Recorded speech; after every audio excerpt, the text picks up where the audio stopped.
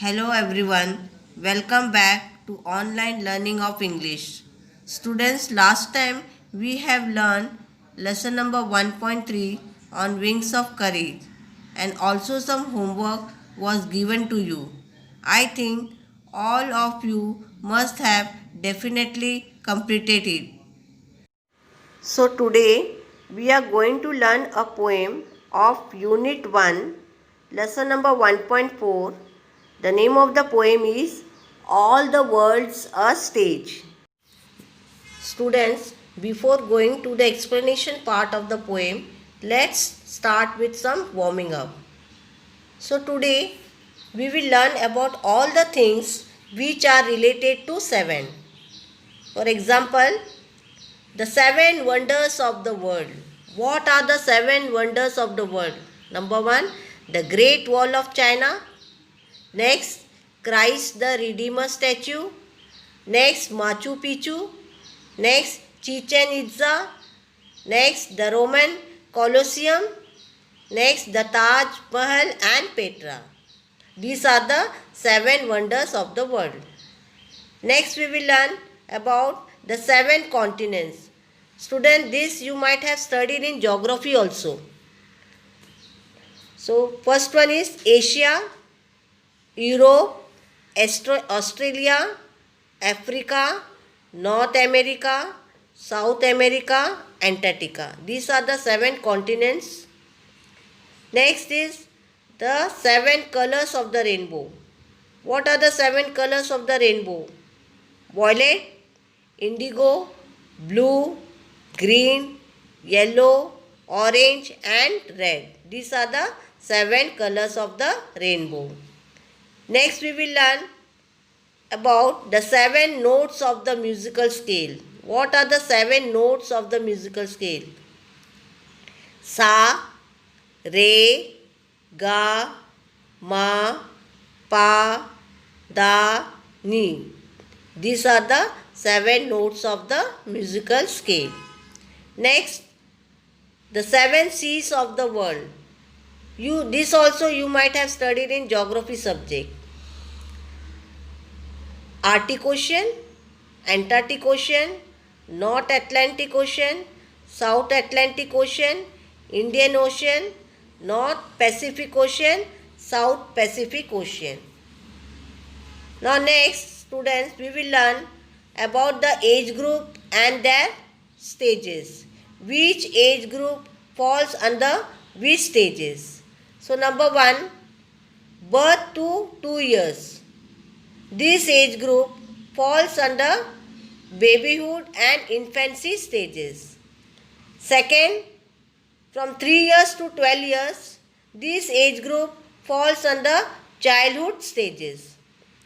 Third, from 13 years to 17 years, this age group falls under teenage or adolescent stages.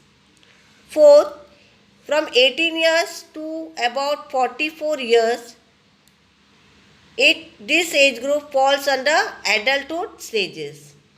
Fifth, about 45 years to 60 years, this age group falls under middle age stages.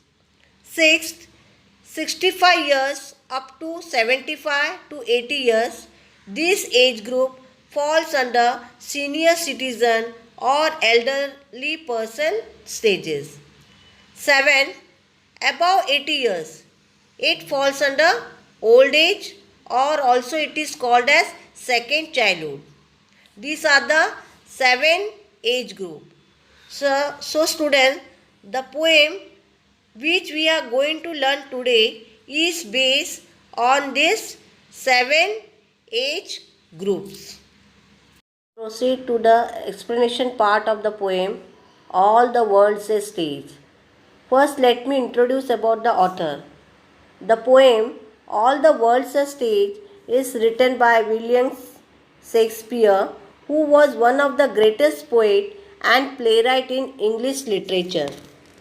William Shakespeare is often called as England's national poet and the Bard of Avon. Here, Bard means a poet, traditionally one reciting epics and associated with a particular oral tradition. He was born in Stratford upon Avon in England. Means here Bard of Avon means here he was born in Stratford upon Avon and also buried in Stratford. His famous works include Merchant of Venice, Julius Caesar, and Twelfth Night, along with many others. All the world's stage has been taken from his play As You Like It. Here the poet compares the world to a stage and human life to 7 acts or 7 ages, each having its own varied qualities and features. This poem is a monologue. What is monologue? It is a long speech by one person, especially in a play, in a movie, or in a TV program show. All the world's a stage, and all the men and women merely players. They have their exits and their entrances, and one man in his time plays many parts. His acts been 7 ages. Here, the poet says that the whole world is a stage, and all the men and women in it are merely actors. They have their exits and their entrances. That is, they are born and they die. Here, entrances means they are born and exits means they die. A man plays many different parts. Each actor has to play 7 roles during his life. At first, the infant mewling and puking in the nurse's arm. Here, mewling means crying weakly, and puking means throwing up. The first stage is that of an infant, crying weakly and being thrown up in his nurse's arms. Here, the child is unaware of what is happening around him. The baby at this stage is without teeth, without vision, without taste, and without anything. This period normally lasts till 4 years of age. Then the winning schoolboy with his satchel and shining morning face, creeping like snail, unwilling to school. Students, we have learned the first stage of human is of an infant. Now the second stage is of a schoolboy. The second stage is that of a schoolboy who is complaining and crying. He goes to school early in the morning with a well scrubbed, shining face. He carries his school bag and creeps slowly like a snail, unwilling to go to school. And then the lover, sighing like furnace with a woeful ballad, made to his mistress' eyebrow. Next is the third stage, that is of lover. The third stage is his early youth, the peak of love and high romance. He tries to express feelings through songs. He writes a song or poems expressing the pains of unfulfilled love and is written to celebrate the beauty of his mistress. Then a soldier, full of strange oaths and bearded like a bird, jealous is in honor, sudden and quick in quarrel, seeking the bubble reputation even in the cannon's mouth. Here, purd, P-A-R-D, purd, it is a meaning is poetical short form of leopard. Next, cannon's mouth. Here, cannons means facing great danger to life. Next is the fourth stage, which is of a soldier. The fourth stage is that of a soldier where life is full of obligations, commitments, compliances, oaths and vows. His beard is like a leopard or panther. He endlessly fights for his honor, a full presence of mind which is sudden and quick in quarrel and hard to maintain a dignified reputation. He is ambitious and does useless things for his reputation, even endangering his life for it. And then the justice in fair round belly, with good cap and line, with eyes severe and beard of formal cut, full of wise sauce and modern instances, and so he plays his part. Next is the fifth stage. The fifth stage is the adulthood with a round belly. A belly means stomach.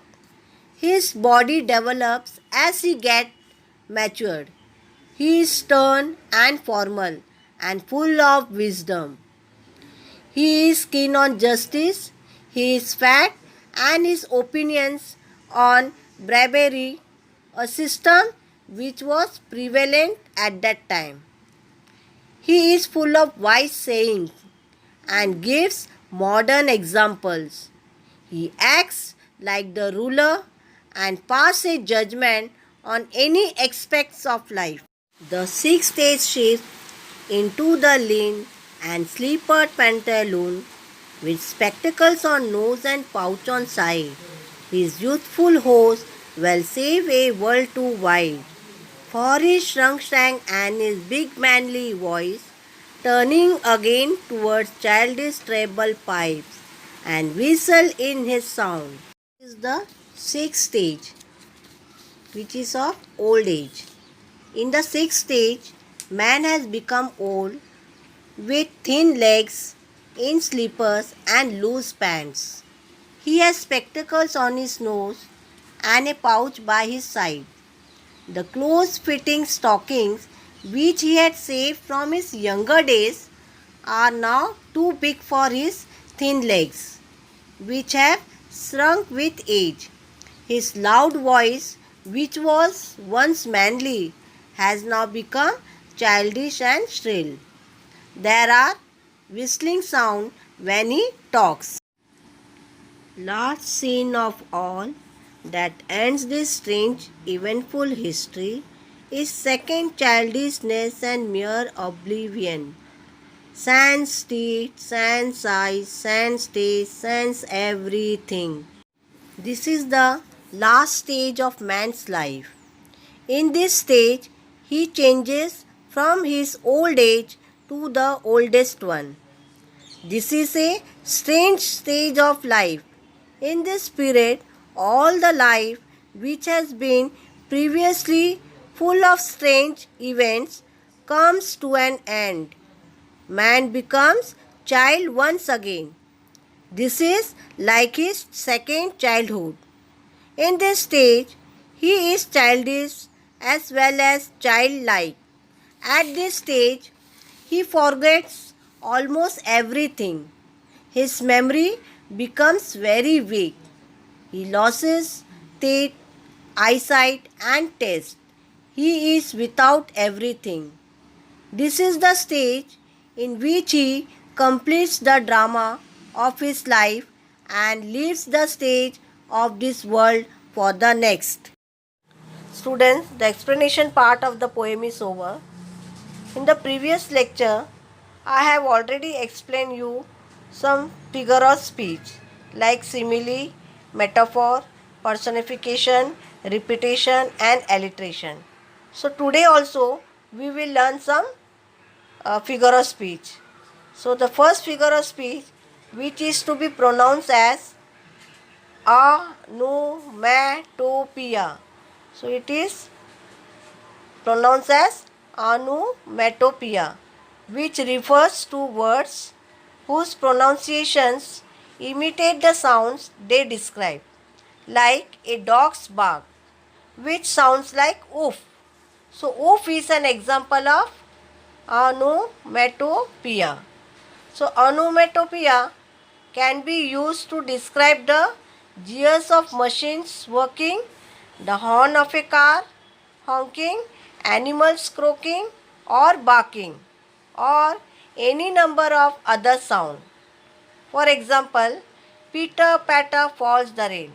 So when the rain is falling, it imitates the sounds like pitter patter. So pitter patter is the sound which is an example of onomatopoeia. Ding dong, bow wow, clucking, cock-a-doodle-doo, all these are the example of onomatopoeia. Next figure of speech is hyperbole. So what is hyperbole? Hyperbole, it is an overstatement. For example, I could sleep for a year. Is it possible? Anybody can sleep for a year. So it is an overstatement. It is called as hyperbole. Next example, I have told you clean your room millions of times. Is it possible to clean a room millions of times? It is an overstatement. So it is a hyperbole. Third example, I have millions of things to do today. Can anybody can do millions of things? It is an overstatement. So it is a hyperbole. Next figure of speech is antithesis. It is taken from Greek, that is antitheton, which means opposition. Antithesis is a figure of speech where two ideas are completely opposite to each other, and yet when put in a sentence together, it creates a contrasting ideas. For example, speech is silver but silence is golden. Here speech and silence, these are the opposite. Silver and golden, these are the opposite. So when they are put in a sentence together, it creates a contrasting idea. So it is called as antithesis. Next example, patience is bitter but it bears sweet fruit. Here bitter and sweet, these are the opposite to each other, and when these are put in a sentence together, it creates a contrasting idea. So it is called as antithesis. So students, we have already learned how to write an appreciation of the poem. So when I explained the first poem, that is where the mind is without fear, I have explained how to write an appreciation of the poem. So today also we will do some revision.